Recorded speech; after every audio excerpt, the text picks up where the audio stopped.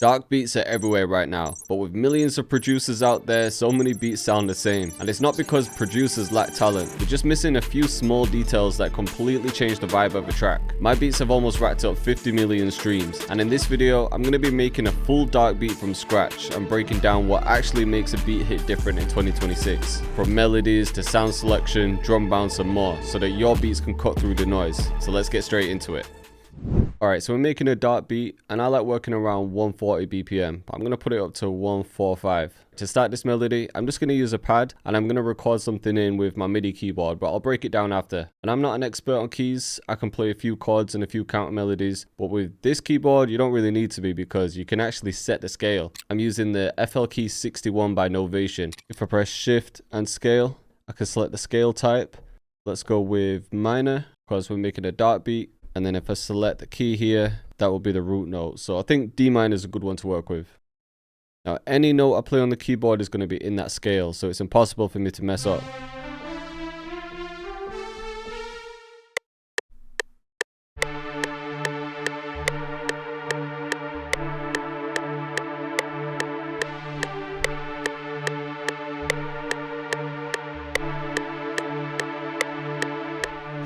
Okay, so I've got the foundation there. I can even hit quantize on the keyboard and it's going to lock it to the grid. And then I think I like the first part more. So we'll just extend these. Then I might just add this note here. Just so there's more movement. There we go. I'm just going to build on this a bit more because I think it needs more of a melody at the top. Let's copy this. Just something simple. Now that I've got this melody, I'm just going to layer it a couple times. I'm going for that dark vibe, so maybe we could use some strings. Let's just take the MIDI and copy it in. Yeah, I think the strings work well with it. And maybe we could find one more layer.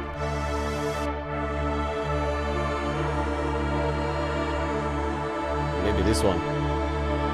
When I'm layering my MIDI, I'm just looking for sounds that complement each other. Nothing that clashes too much. As soon as I hear something that stands out, I want to run with it. Now that I've got the foundation there, this leads me on to my first main part about making your beats unique, and it's processing. Think of processing as color grading a film because most producers would just run with the initial preset, and that's like filming the scene raw. But when you add the right filters, movement, and colors, you completely change the vibe. So let's link these to mixers. We could start simple by just taking out some of the bass because I'll be using an 808 most likely. And with the strings, I might take some of the highs out too. Make it sound a bit more aged. And that last one might be a bit too bright. And with the third one, let's pitch it up an octave, but we'll add halftime. So it sounds a bit darker. Now before I add a counter melody, I'm actually going to render these together. Because now I want to hit reverse and then change the pitch. And this is just going to add some more character and make it sound more sampled.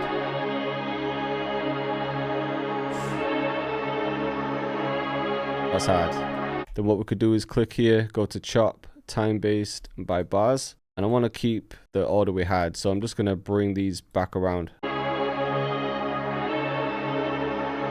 So we've still got the same melody, but we've got that reversed feeling. Alright, next up I'm thinking I want to use a violin, but I also want to flip the violin too and see if we can create something unique out of it. I'm going to hold shift and scale, and I'll change this to C sharp because we pitched the melody down one. Now everything's in the right scale.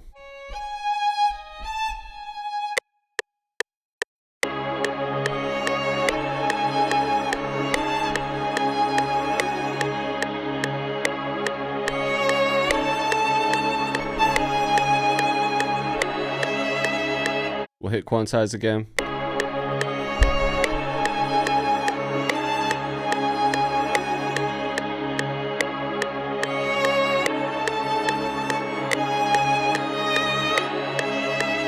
Yeah, just wanted to switch that last part up. On that violin, I'm just going to add a bit of delay. And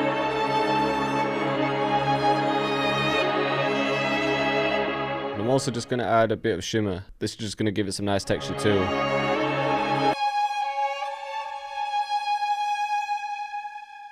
Then from here, I'm going to render that violin.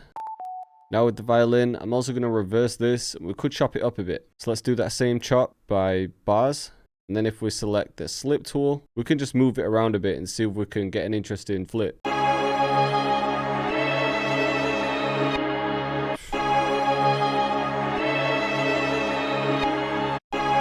what I'm saying?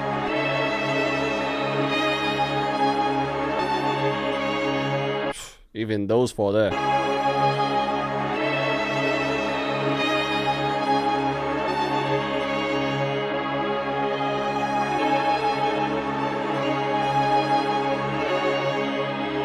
And then to get more low end out of it, I'm going to add a piano, but just a bass note. Just going to make it sound a lot more dramatic. Drop the octaves. Maybe even two of them.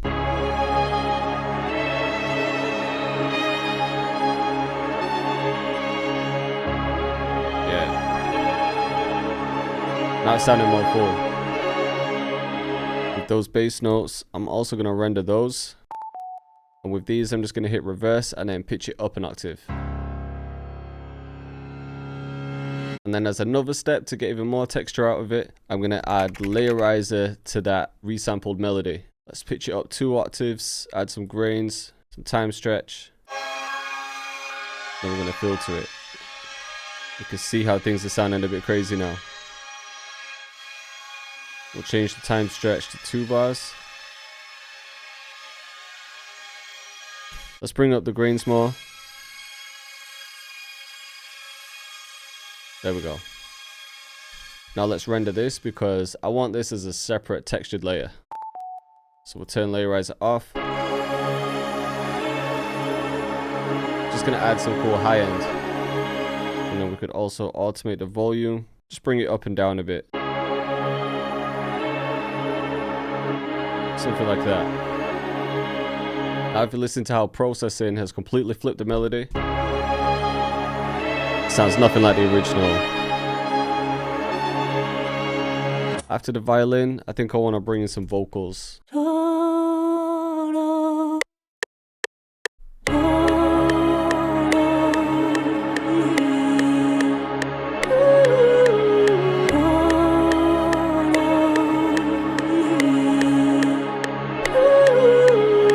Quantize that. On the vocals, I'm going to add layerizer again. We'll pitch them up an octave. Add some reverb, some auto pan to separate them. Maybe some storm. Could filter them a bit too. Alright, now we've got 2 parts of the melody. We've got one with the violin. And then we'll hear how it transitions to the vocals. They sound mad when they come in.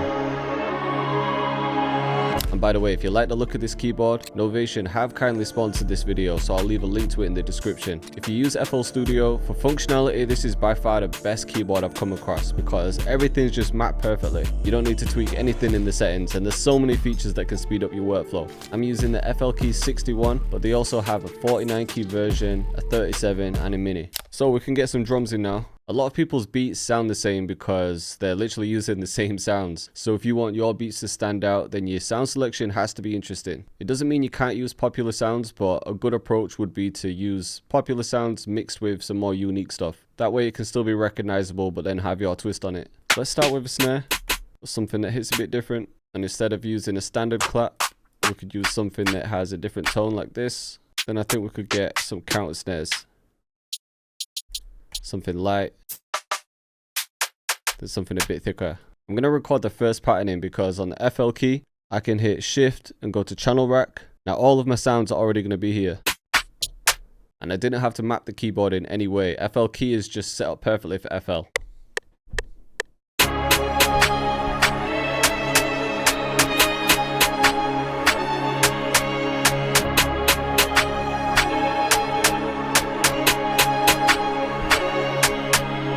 We can get this third sound in as well, but we can also press shift and note repeat, select an eighth, might have one normal, then one repeated.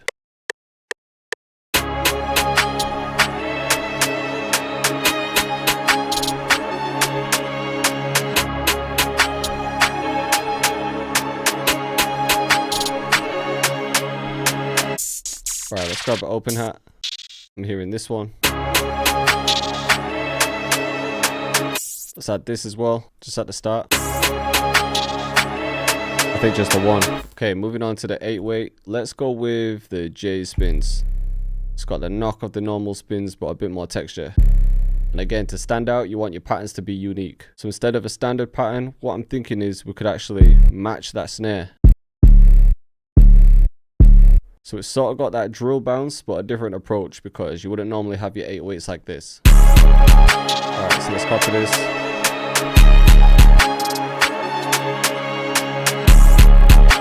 We have those as the main ones. Now for another interesting sound, we can use a log drum. And these are mainly for amapiano, but I love adding them to dark beats as well, just because people don't always expect it. See which ones sound right.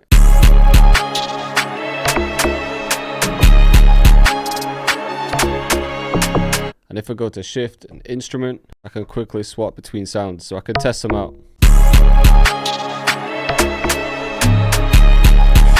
Even that first one. Let's record something in.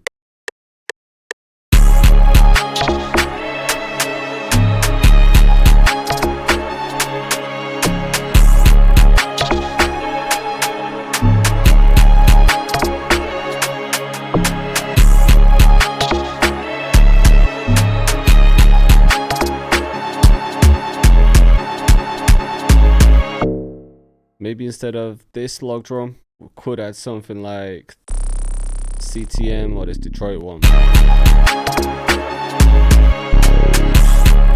that's the one.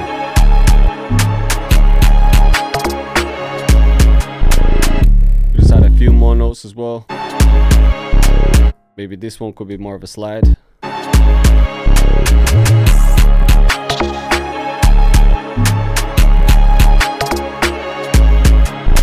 So we can have one pattern like that, but then the first one a bit more normal. So let's get rid of the log drums in the first half.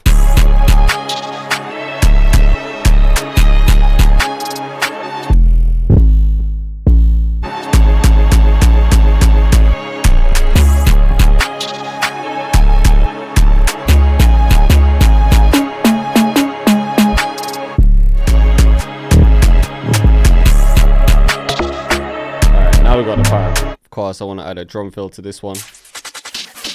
This one could be hyped. Maybe we'll have that at the end of the 16 and then a short one at the end of the 8. Yeah, that was perfect. But I think we need a riser for more impact too. We're almost there, man. I think we just need a few finishing touches, like just some effects to add to the atmosphere. Maybe we could add some hi-hat rolls. I love adding these. I don't want to overdo it though.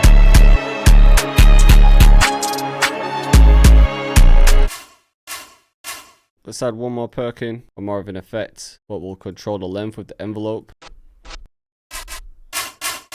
Just to kind of match those 8-weights at the end.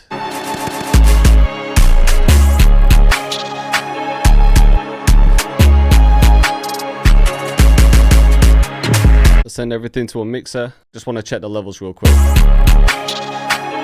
Everything sounded good to me because I mix as I go. Just making sure the 8-weights clipping into the sock whipper. Snare underneath that. And all the perks can be a bit lower.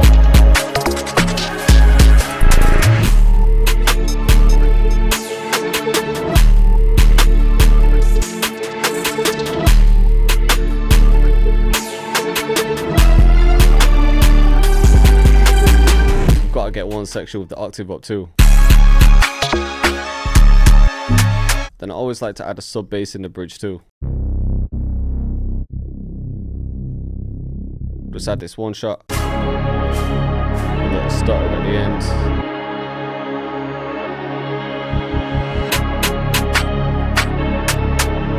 And then it can just fall back down at the end here. Last thing right before the end is just going to be this tape stop. Alright, let's have a listen to the final thing.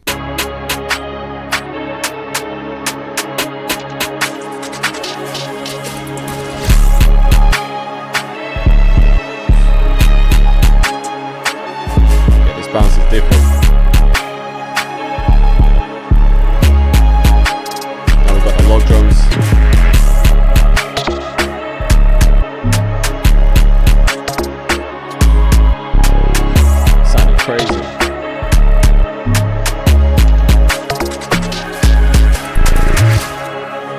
So I hope you enjoyed the video. If you want to check out Novation's FL key, I'll leave a link in the description. Or for more videos just like it, then click up here.